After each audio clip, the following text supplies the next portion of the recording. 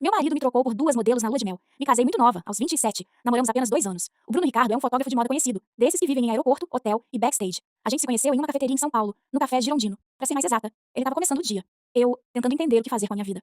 Tinha me formado em filosofia fazia 6 meses e ainda não sabia se faria um mestrado, ou se ia acabar servindo café no Starbucks. Às vezes eu acho que escolhi filosofia só pra tentar entender o mundo. Só não sabia que isso ia me confundir ainda mais. Ele sentou na minha mesa sem pedir.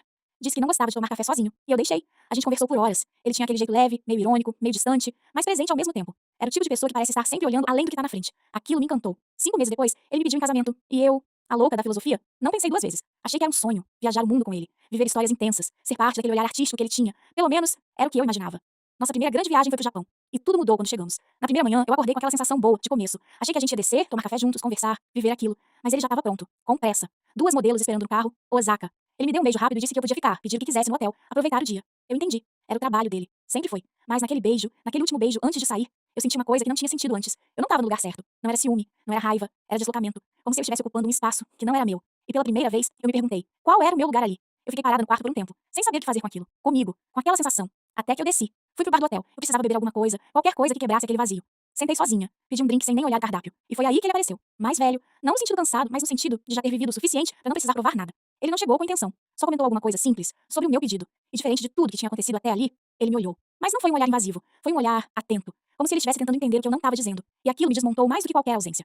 A gente começou a conversar, sem pressa, sem roteiro. Ele não perguntou do meu marido. Não perguntou o que eu estava fazendo ali. Só ficou, presente. E fazia muito tempo que eu não sentia isso. Porque às vezes, não é o toque que falta. É alguém que realmente te percebe antes dele acontecer. E ali, naquele bar de hotel, do outro lado do mundo, foi a primeira vez que eu senti que alguém me enxergou. No meio de tudo que eu mesma já não entendia mais. A gente decidiu viver aquela noite como se ela não tivesse consequência. E talvez por isso, ela tenha sido tão real. Eu não sabia nada dele. Ele não sabia nada de mim. E isso, pela primeira vez, não era desconfortável. Era liberdade. A gente saiu do hotel sem rumo. Entramos em um karaokê meio escondido, daqueles que não aparecem em guia nenhum.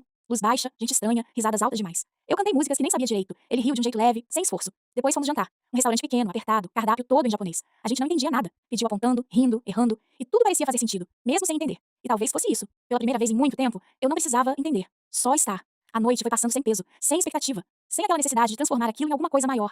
E quando a gente voltou pro hotel, não teve urgência, não teve roteiro. A gente deitou e ficou. Nada aconteceu. Mas tudo aconteceu. Era só duas pessoas cansadas de serem invisíveis. Duas pessoas que por algumas horas foram vistas. De verdade. Naquela manhã eu acordei diferente. Não porque algo tinha começado, mas porque algo tinha ficado claro.